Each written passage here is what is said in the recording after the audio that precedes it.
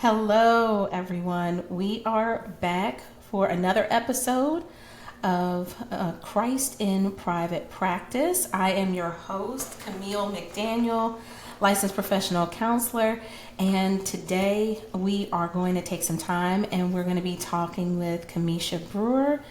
She is going to be talking to us about developing a kingdom mindset when we are building a private practice.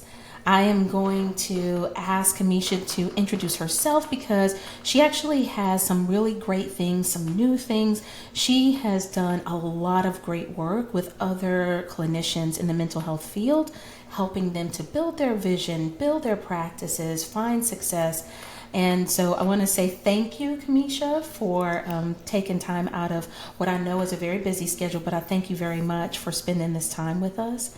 Um, yes, please tell us all that you have going on because I know there's some new things going on. So, yes, please.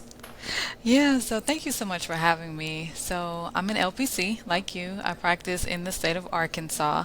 And so I have two separate companies, which is new, but it's just to expansion and all the cool things that we're doing.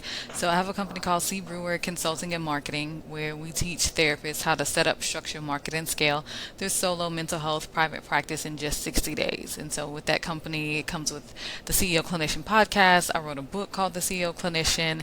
I have courses called Private Practice Ready. We've got memberships for therapists who are ready to scale, VIP days. So all the things under that umbrella, but I still practice. And so my private practice is called Brewer Therapy and Associates, and we're growing, moving into new office space. Like it's a whole thing. So it's really exciting, but there are a lot of moving parts to the business, and I'm excited to just talk about what that experience has been like for me, and hopefully it inspires your audience.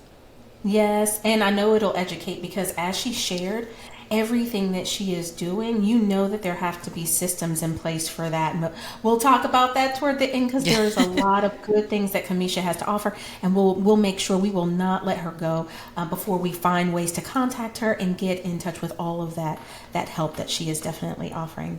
So I'll jump right into it, Cameisha, and ask you as far as just your whole journey into mental health and business consulting, how did that all come about, and also more importantly, how has your faith played a role in that whole journey? Yeah, so I'm a pastor's kid. So I grew up in the church. My mother, she was an educator. And so all I know is ministry and community engagement and education. And so my sisters there in education, they married pastors. And so it's just always been like a full family operation as far as serving people. And of course, faith is in the center of that always because we're at church, but we're at home and we bring church home. And like we should, like everything was very much so integrated. And so that was the start for me. That was my foundation. My parents, they were also speakers and entrepreneurs, and they had businesses, and we had a family business. And so I was the youngest of five. So I was just there for all of it, all the meetings. I watched them do pastoral counseling at our home at the kitchen table. And so I got a chance to see what counseling looks like. They never called it pastoral counseling, but of course, once I got to grad school, I'm like, oh, so that's what this is. Like, there's a term for it. And it was just a really cool experience just to see that that was my foundation. I know God had that set up for me from the very beginning as far as the plan and the foundation for me. And so that's how I got my start into business and marketing and consulting. I started my first business at 19. It was a faith-based nonprofit organization. Wow. It was a mentoring program for teenage girls. So we always partnered with churches. So I was a CEO immediately at 19. And so we partnered with churches and schools and local businesses for sponsorships. And so whenever I decided like I want to be a therapist. I want to have a private practice. I noticed that the other therapists, their businesses were not successful, but it was because they didn't understand business. They understood the clinical parts of it, which is good. But if you can't run the business and you can't market, you're not going to have people to serve. So I wanted to merge what I knew about ministry and people and the clinical practice of counseling and mental health. I wanted to merge that with business and marketing, and that's how my consulting business was born. Wow. That is awesome. It sounds like you were immersed in it. Like you said, that everyone was doing something. Like you said, you're one of five. Your parents were doing things already. Your parents had multiple businesses. You're soaking up, I'm sure, Yes. all kinds of conversation and mindset. So in some ways, I'm sure it had to have some trickle down effect before you even knew that you were actually being kind of like, this was being imprinted Yeah. on you. So that's awesome to hear. One of the things that a few people actually mentioned in the Christ in Private Practice Facebook group was that, like, when you talk about businesses and mindset is the next question. Having a kingdom mindset, which it sounds like in your family, it was just a part of everyday routine, right? For those of us who maybe it wasn't so much a part of their foundation and a part of their day to day lives, like, what does it mean to actually have a kingdom mindset when we are building business, especially when we talk about there's ways of doing things secularly, there's ways of doing things that align with our faith in Christ, and what does that even look like when you're trying to build a private practice? Yeah, I love this question. So I think having a kingdom mindset means seeing what you're doing through the eyes of God, like the way He sees it, and not so much, this is what I want, this is my ambition, this is me. But even when it comes to clients and customers, not seeing them as dollar signs, seeing them as like, okay, these are God's people, this is God's daughter, this is His son, these are His children. How can I support the work that He's doing in their lives? How can I be a part of that mission? Because I think that's what it is, in our field especially. But God is Yes. entrusting people to us through the gifts He's given us. And I think it's important that we steward people well. And I think the kingdom mindset is very much so a part of stewardship, and not just the financial part, but just the way we take care of people, the way we serve, the way we talk to them, especially when the conversations are difficult. And they become difficult when you have to terminate a client, when it's not a good fit, or when they have an outstanding bill and they just won't pay it. Not they can't pay, but they're just refusing because they're just not financially disciplined enough to value paying bills and making sure that the provider who's caring for them is able to also pay their bills. Like, some people, they're just not wired like that. So the way we handle people, I think that's very much so a part of what the kingdom mindset is, and just remembering that these are God's people. It's not a customer, it's not a client. Like, they belong to Him just like we do, and He takes care of everybody. But I think when we try to take care of each other and do what's Yeah. right from a place of integrity, I think that's what the kingdom mindset boils down to. Thank you so much. And I'm so glad, like, you started off where it's not just about, well, I have these goals and I want to do this and I. It's like, wait a minute, let's stop. Let's hear from the Lord. Hmm. That was one thing. So first of all, yes, let's hear from the Father, because He has a plan that He has for you to help His children. And the next thing that really, like, kind of popped out at me that you were talking about, you didn't say the word, but I heard boundaries when you were saying, Yes. maybe sometimes we might have to terminate a client, or because maybe it's not a right fit, or maybe something else has come up. Maybe somebody has a bill they haven't paid, right? So kingdom mindset, which I think, and I'm so glad that you mentioned this, because I want to just point out that, following Christ and having a kingdom mindset then in your business doesn't mean that you have no boundaries. No. It doesn't mean that, well, if they can't pay, well, then I'll just pay whatever for everybody, right? Because we Hmm. can't keep our doors open that way. But it is still, like, you use the word integrity. It's like doing things, but in integrity. No matter what we have to do in Yes. business, do it in a way that is going to reflect well of who you are and who you follow. Hmm. Yeah.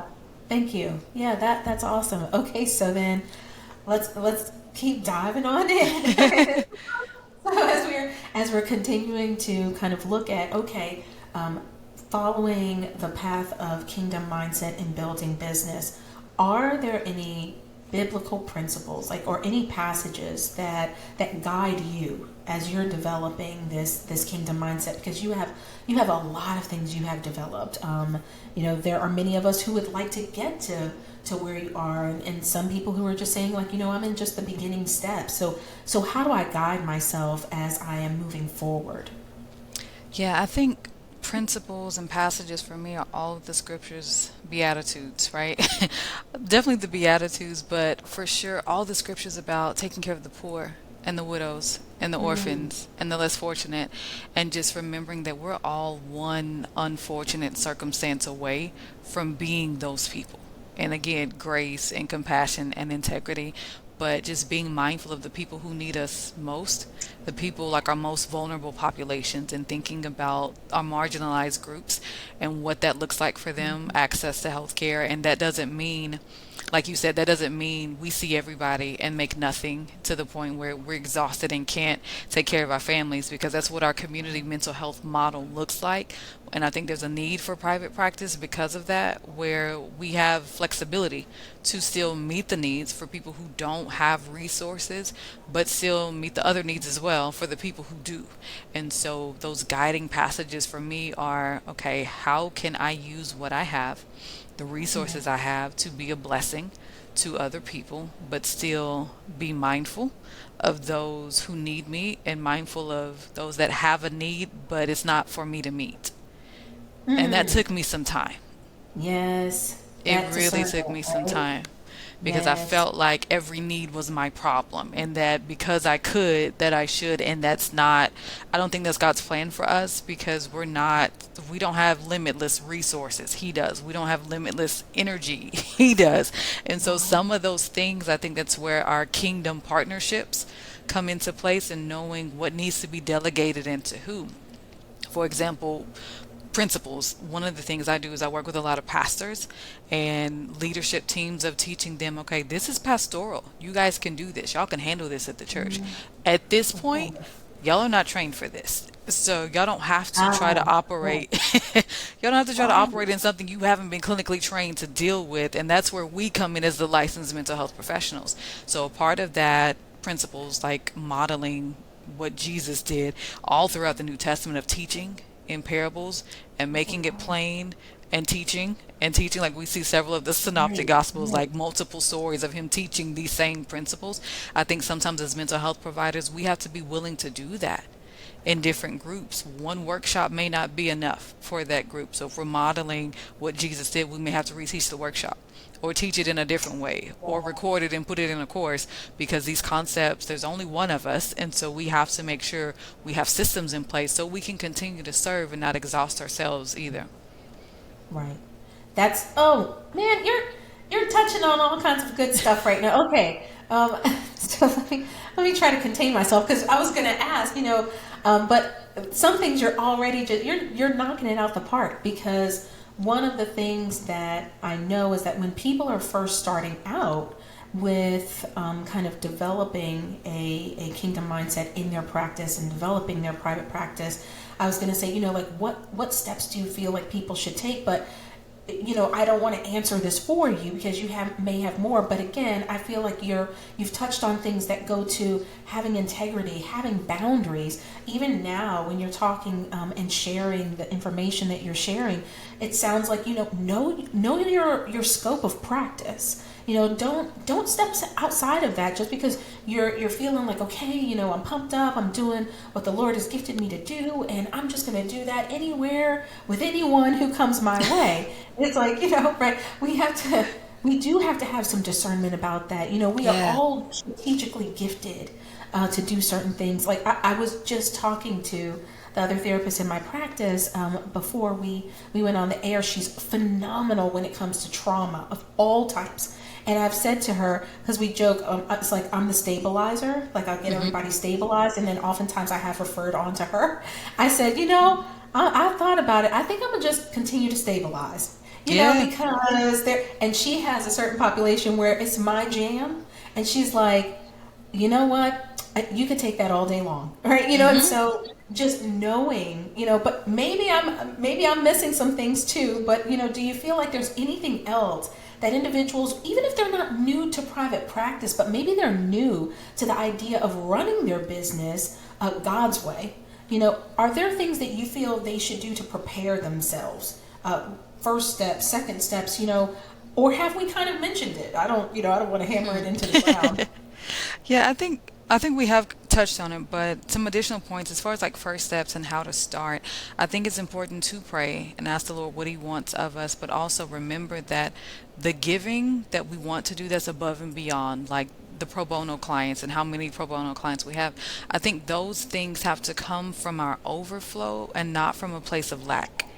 And when we're Okay. not profitable yet, even if you've been in the Mhm. field for a while, everyone's not profitable just because they've been in practice for 10 years.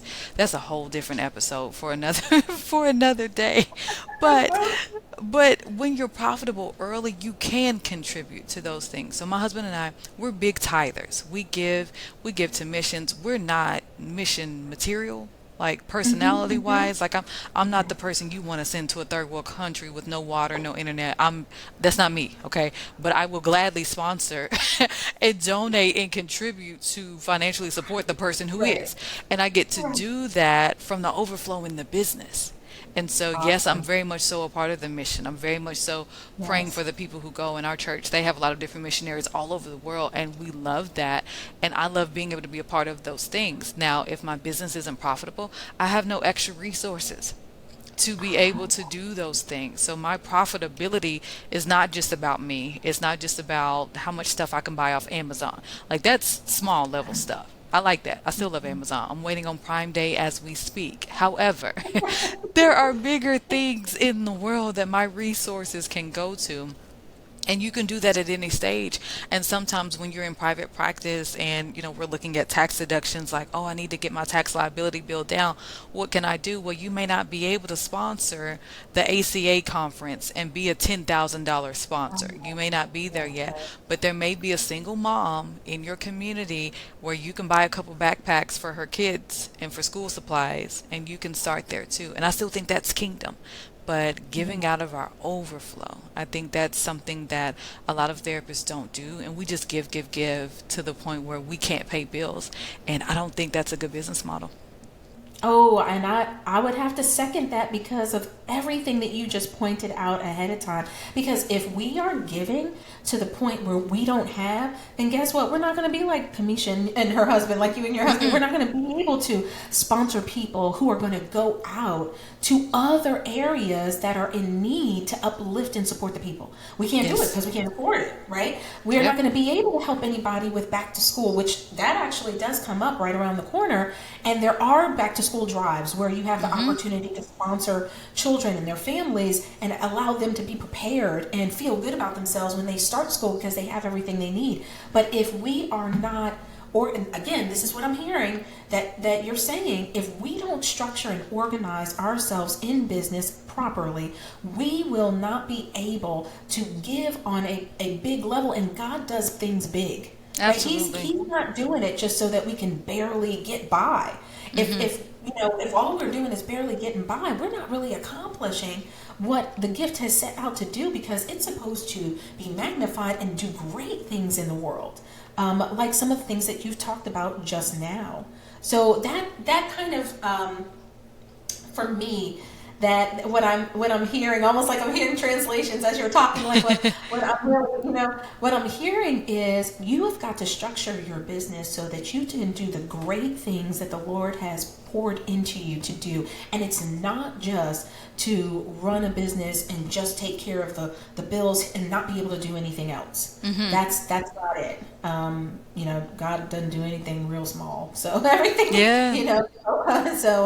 so if you're not at a place in your business where you are able to give back, and not just you're giving back in your counseling, but if you're not able to give back and your business can't support others outside of your counseling office, then maybe you need to restructure.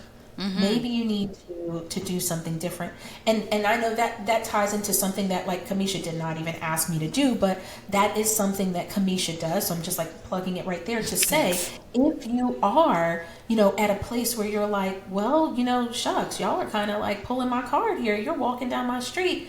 I really can't do anything. I barely am paying my bills. Then please do not feel some kind of way about reaching out. to get support, to get the help from people who have already done it, are doing it well, are able to have it go so well that they are now giving to other areas of their life and to other people and families, and basically allowing the ripple effect to just keep rippling on and on and on.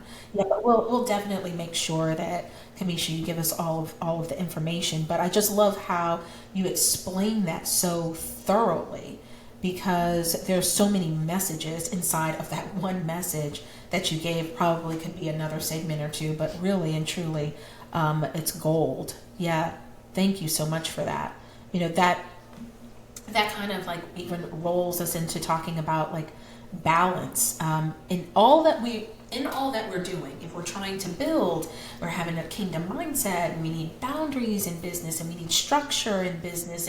And while we're doing all of these things to build up a business and do things God's way, can you just talk to what kind of balance we might need to have as we're serving clients and also trying to do things with a kingdom mindset, which does require us to, not be on the grind 24/7. That's actually not probably Yeah. kingdom. Yeah. So when it comes to balance, I think it can be harder for people who are Christian and who are trying to have this kingdom mindset and kingdom based lifestyle, because sometimes we can get so dependent on the supernatural that we don't do the work in the natural. And Oh Christians, we're man, bad you're at gonna have that. to say it. You're gonna have to. We're bad about Okay, that. now. So, Okay. what I mean by that is the Lord will do it, right? He will open doors for us. He will make room for us. Like, He will do those things. But we still have to sit down and do the work. The Lord doesn't get in Canva and create social media posts and captions. That's not what He does. Oh, We have to sit down. okay. We have to have Yeah. strategy. We have to write. We have to create. We have to do the networking. We have to go to meetings. We have to get the website done. That comes with a fee. So we may have to practice self denial and not shop, not get nails done, or go to press on nails for a couple weeks to save the money to get the website. And so things will open up, but we're not absent of the work. Like, we don't get to be removed from it because we say, oh, well, I'm just waiting on the Lord to do it. And sometimes the Lord is waiting on us What? to do to do what He gave us. He gave us instructions. We did nothing. And we say we're still waiting on the Lord. We're not. Some of that's Okay. mindset, imposter syndrome, fear, and we still have to do Okay. the work, even though we're kingdom. Wow. I've worked with a lot of kingdom based entrepreneurs over the years, and some of them won't start an email list because they feel like it's taking the Lord's place and Wow. that He should do that. And I'm like, explain. Because clinically, I'm intrigued at this point because I Yes. want to understand how your brain works, because that's not how that happens. And I think Mm. kingdom businesses suffer. We're not as profitable across the board. Even just looking at the research, the secular businesses, they do a lot more, and it's not because they're better. It just means they're doing the work. And I think there's a place for Christian entrepreneurs who want to do the work, still have kingdom principles, still live like Jesus, still love like Jesus, still serve like Jesus, but we have to do the work. And I think that's the balance too. It's not just time management. Sometimes when mental health professionals hear conversations about balance, they want to balance work and rest when it comes to client care only. But Okay. there's a difference between working in the business and working on the business. And we need Wow. balance there as well. Oh, thank you so. Thank you. Okay, you guys are hearing it. She is coming with more than just nuggets. Okay, she is digging deep, and she's talking about a lot of us. So we're gonna go ahead and say ouch, but we are also going to just lean right in, and we're going to take note of this because I find it really concerning that, like you mentioned, that statistically we're not doing as well as the secular businesses that are out there. And so we really have to take a look at what do we need to change, so that if this is something we believe in and this is something that we believe we've been gifted to do, then how do we do it, without that struggle? without barely making it? How do we do it so that we're flourishing, right? And we got to get started with that. We got to take a look at, like you said, people saying, I don't want to take over what God is going to do, so I'm not going to start that. That's God, and sometimes the Father's already told you what you need to do, but in all honesty, maybe you are a little bit nervous to do it. Maybe it seems a little bit beyond you. Maybe it seems like, or you might be nervous about rejection or putting yourself out there, and that's where it kind of goes back to something that you had talked about before with community, like, other just pulling together. Though oftentimes there are things that we have to do that are big, but we're not set to do them all by ourselves. Yeah, so that's something to think about, really. Wow, that we're not doing as well as the secular community. Interesting. Okay.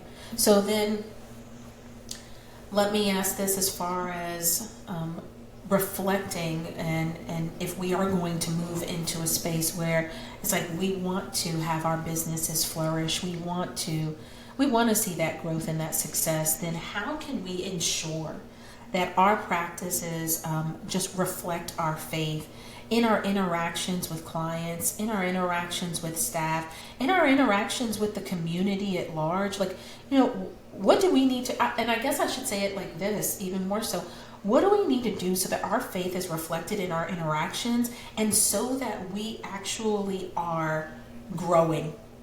I know you can't give us everything because there are steps to this. I know Yes. that you teach those steps, you go through, it's a whole process. But I guess if you could kind of give a little nugget of where do you start if you want your practice to first of all reflect your faith in how you treat others and how you treat the community and in how you grow. Yeah, I think foundationally, you start with prayer to get clear on the vision, get clear on the motives of your own heart, even if they're not right. And Yeah. so dealing with that to get them cleaned up so that you're pursuing the practice with the right intentions, the right motives, and not just for profitability or to be seen, but more so that God can be glorified through the services you provide. So when people leave your office, if it's a session with you or someone else on your staff, that they see Jesus in what happened and not you. So they don't walk around like, oh, my therapist is the best. That's cool. Like, we need testimonials too, but are their lives changed? Do they feel different? Did they encounter the presence of God because y'all had worship music playing in the lobby, or because y'all pray in the lobby before y'all start sessions? Like, having practical things in place that aligns with what the original prayer was. If the prayer was, God, I want to practice located in this area with this type of office space where we can serve people with these problems, how do we do it? And then he'll show you how, and you take that step and you implement, and then he'll show you the next step after that. And so modeling, I think this is a CEO conversation. So whoever the practice owner is, understanding that your personal journey needs to be shared. It's not pretty. My first years in private practice, I made $0. I was not profitable at all. And I tell therapists that, and that's the reason I wrote the book, because I don't want them to have to go through that. But that short season of suffering is the foundation of a testimony for me that will help other people. So when you're setting up the practice, I think it needs to be set up from a foundation of clarity, but being open, managing the expectations, being teachable, being open to correction. We don't know everything. You will hire someone who's more experienced with trauma than you or better at business than you, and it should be a collaborative process if the goal and the mission is to help God's people. But if you get into power struggles with your staff, it's not going to work. They're going to quit, they're going to move on, and then you'll have to find another therapist, or you're going to lose clients, and then the business loses revenue as well. So I think there's a lot of leadership and sometimes personal therapy that needs to be done with the owner and the CEO to make sure that you're a good fit. And I think that's across the board. That's at home too. Marriage is aligned, children are okay, physical health is good, finances are good. Any trust issues you have with other people, those things need to be close to resolved before you start hiring other people, because it's just going to resurface. Growth doesn't mean all problems go away. You just open yourself up to new problems that are different. So healthy CEOs create healthy practices. That is great. Yes. All of that, thank you. And like I know, like I said, all of that is like a whole process that I know you work with individuals on. It's not really something that can be condensed, but you did a great job to at least give us some high level understanding of the fact that, first of all, slow Mm-hmm. down. Because I even, as I asked you, I even felt within myself like looking for the first nugget, and you're like, prayer. It's like, you know what? Slow down while we're looking Yeah. for it's like the source, right? Mm-hmm. So slow down there, and then something you touched on when you were talking about if there are things that you have that are unresolved within yourself, you gotta get them resolved because they will bleed out into Yes. your business. And making sure also that goes back to that balance is so key, making sure that it's not so much of the business that you're neglecting the other gifts that the Father has given you, like your spouse or your children or family or friends or whatever. So those and so many other things that you just now mentioned that are very key and I think very helpful for us. Hopefully, as people are listening, they're writing this down because these are things to really reflect on as you are starting new, even if you have a practice already. Just as you are saying, you know what, I'm going to do a new thing. Look, we're in the middle of 2024. Before you know it, we will be saying Happy New Year. Mm-hmm. So it's looking at how do I get started better aligned with my beliefs, my faith. Yeah, that's wonderful. I know that we're at the end of our time together, but please, if you could do this, thank you so much for all this wonderful information that you have shared. Now, please tell us, how can we find you? I know you have a website. I know you're on Facebook. You're on, I think, other social media, Instagram. Please, anything that you want to share, any new things you have coming up, tell us where we can find you and what you have going on. Yeah, so we have all social media platforms. It is at Cameisha Brewer. You can subscribe to the CEO Clinician podcast. You can grab a copy of the book. Camille, I'm sending you a copy of the book. We have the newsletter where you get new podcast episodes delivered to your inbox. We've got a Facebook group, the CEO Clinician community. So the best way to get access to all the resources is cbrewerconsulting.com/start. Thank you so much. Kamisha has some really good information. I actually have listened to several of her podcast episodes. They are of depth, and she has like a lot of great information as well on her website to get started. So yes, please find her there because it is about community, and you can count Kamisha as one of the people in your community now. And we can't do this by ourselves. Matter of fact, that's one of the things that I said when I reached out to Kamisha. I'm like, look, I have some things that have been on my heart, but I am not the one to do it all by myself. So, you know, um, and Kamisha was referred to us by another individual who is a person of faith. So yeah, we want to just make sure that when you come across really great individuals and great resources, that we write this down because we need community to move forward. So thank you so much, Kamisha, for joining us today, sharing all the good information. We are so blessed by it. Thank you so much. Thank you.